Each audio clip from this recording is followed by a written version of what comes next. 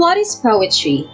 There are as many definitions of poetry as there are poets. William Wordsworth defined poetry as a spontaneous overflow of powerful feelings.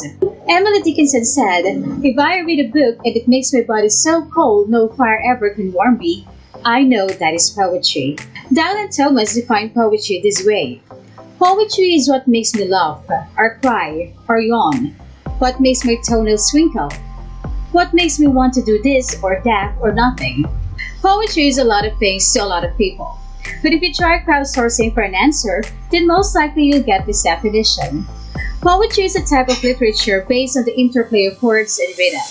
It often employs rhyme and meter. In poetry, words are strung together to form sounds, images, and ideas that might be too complex or abstract to describe directly. In other words, poetry is a type of literature that conveys a thought, describes a scene, or tells a story in a concentrated, lyrical arrangement of words. It allows us to express our thoughts, feelings, emotions, ideas about a particular theme or topic. When reading a poem, it is common that we get confused between the poet and the persona. Remember that poet is the author of the poem or literary piece, while persona is the speaker or the narrator of the poem. Now, it's difficult to shackle poetry with definitions. Poetry is not old, frail, and cerebral. Poetry is stronger and fresher than you think. Poetry is about imagination and emotions. I know it's easy for us to identify if a literary piece you're reading is a form of poetry. Poetry is cast in lines, so by just looking at its structure, you'll know it's poetry. But basically, poetry has significant elements that can be used by the poets to strengthen their techniques and sustain it for recognition of poetic stance. These elements will help the poets to address the message of the literary pieces to the audience or readers. And that's what we're going to talk about today. The first element that we're going to discuss is structure. Generally speaking, structure has to do with the overall organization of lines or the conventional patterns of sound. Again, many modern poems may not have any identifiable structure. They are free verse, so don't panic if you can't find it. Now, if the basic building block of a prose is a sentence, poetry has a poetic line. Poets decide how long each line is going to be and where it will break off. That's why poetry often has a shape like this. Let's try to read an example. "Gather your rosebuds while you may. All time is still flying, and this same flower that smiles today, tomorrow will be dying." That's the beginning of a poem by Robert Herrick. No matter where it is printed, the first line always ends with the word may, and the second line with the word applying, because the poet has written it this way. If we print a piece of prose such as a short story, the length of the lines will depend on the font size, the paper size, margins, etc. But in poetry, the line is part of the work of art you have created. The length of the lines and the line breaks are important choices that will affect many aspects of the reader's experience. If you are writing a poem in a standard form, such as a sonnet, your choices about line length are somewhat restricted by the rules of the form. But we'll talk about this more on the different forms of poetry. In prose, ideas are usually grouped together in paragraphs. In poems, lines are often grouped together into what are called stanzas.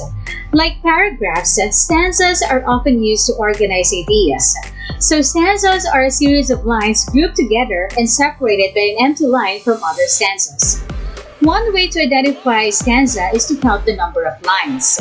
Thus, if we have 2 lines, we call it couplet. 3 lines, tercet. 4 lines, quatrain. 5 lines, cinquain. 6 lines, sestet. 7 lines, septet. And 8 lines, octave. For example, here are the 2 final stanzas of Robert Herrick's poem. Let's read the poem. "That age is best which is the first, when youth and blood are warmer, but being spent the worst and worst, time still succeed the former. Then be not coy, but use your time, and while you may, go marry, for having lost but once your prime, you may forever tarry." So looking at this poem, we have 4 lines in each stanza. Therefore, what we have is a quatrain. In the first of these stanzas, he is explaining that being young is great, but life just gets worse and worse as you get older. In the second stanza, he's saying, "So get married before you're too old and have lost your chance." Another term that we have to remember is enjambment. Enjambment is when there is no written or natural pause at the end of a poetic line, so that the word flow carries over to the next line. It affects the forms of the poem on the page. It can create certain form relevant to poem's content. Enjambment is continuing a line after the line breaks. Whereas many poems and lines with a natural pause at the end of a phrase or with punctuation as end-stop lines, enjambments ends a line in the middle of a phrase, allowing it to continue onto the next line as an enjambled line. For example, we were running to find what had happened beyond the hills. If written as a sentence, if we were running to find what had happened beyond the hills, it is clear that this phrase has no punctuation until the end. In the poem, each line is enjambed until the period at the end of the third line. So we should read it as, we were running to find what had happened beyond the hills. Okay, so the general rules of capitalization and punctuation in poetry are not always followed. Instead, they are at the service of the poet's artistic vision. Without enjambment, poetry would sound like this. I finished my day, I went home on the highway, I ate dinner and went to sleep. This sounds dull, right? Enjambment allows lines to move more complicatedly than they would if simply end-stop. Whereas end-stop lines can feel relaxed, expected, and direct, enjambed lines can feel more chaotic, nervous, flowing, or fast. Choosing to end-stop or enjamb can help better communicate a poem's overall mood and theme through the way lines are broken in poems. Alright, that's our first video on poetry. In the next set of videos, we'll discuss other elements of poetry such as the meter, rhyme, and rhythm. Thank you so much for watching.